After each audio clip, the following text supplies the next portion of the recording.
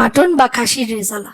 আমার বাসার অতিথি আপ্যায়নে বা যে কোনো অকেশনে এই রেজালাটি হতে হয় মাস্ট।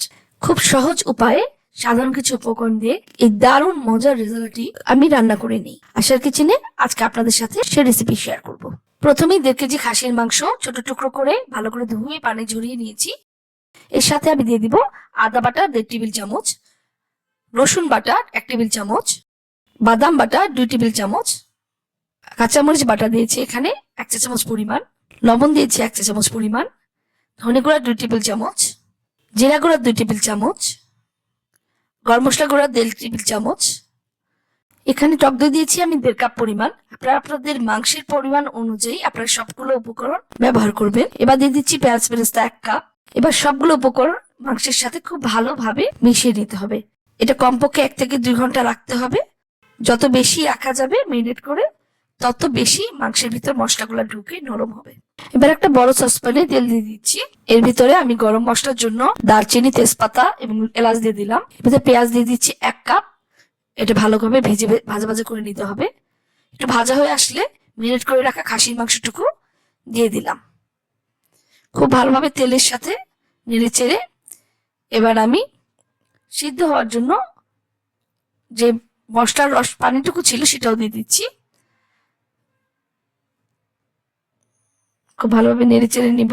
এবার আমি ঢাকনা দিয়ে দিব সিদ্ধ হওয়ার জন্য। প্রায় আধা ঘন্টার মতো আমি সিদ্ধ করেছি।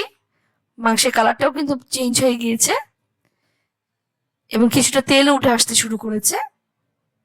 খুব সুন্দর একটা গন্ধ বেরোচ্ছে, যেহেতু এখানে বাদাম দিয়েছি আমি। এর ভিতর আমি আবার ঢাকনা দিয়ে দিব। আরো আধা ঘন্টা আমি সিদ্ধ করব। এখানে অল্প আঁচে সিদ্ধ করতে হবে, সময় নিয়ে ধৈর্য ধরে। অনেকটা তেল উঠে এসেছে। এবার আবার সময় নিয়ে আমি সিদ্ধ হতে দিব এবং পানিটা অনেকটা কমে এসেছে, তেল উঠে এসেছে। এবার আমি গরম পানি দিয়ে দিচ্ছি। এখানে আমি 2 কাপ পরিমাণ গরম পানি দিয়ে দিব। এবার এটা রান্না হতে হবে। মিডিয়াম আঁচ দিয়ে আমি এখানে ঢাকনা দিয়ে দিব। প্রায় আধা ঘন্টা রান্না করেছি। ঝোল কিছুটা শুকিয়ে এসেছে, কারণ এখানে পানি যদি একেবারেই না ব্যবহার করি মাংস কিন্তু খুব ভালোভাবে সিদ্ধ হবে না। অনেকে প্রেসার কুকারে করেন, কিন্তু আমি এইভাবে চুলায় রান্না করতেই পছন্দ করি। এবার আমি 1 চামচ লবণ দিয়ে দিব রান্নার জন্য। ভালো করে নেড়ে চেড়ে দিব। এবার আবার ঢেকে দিব।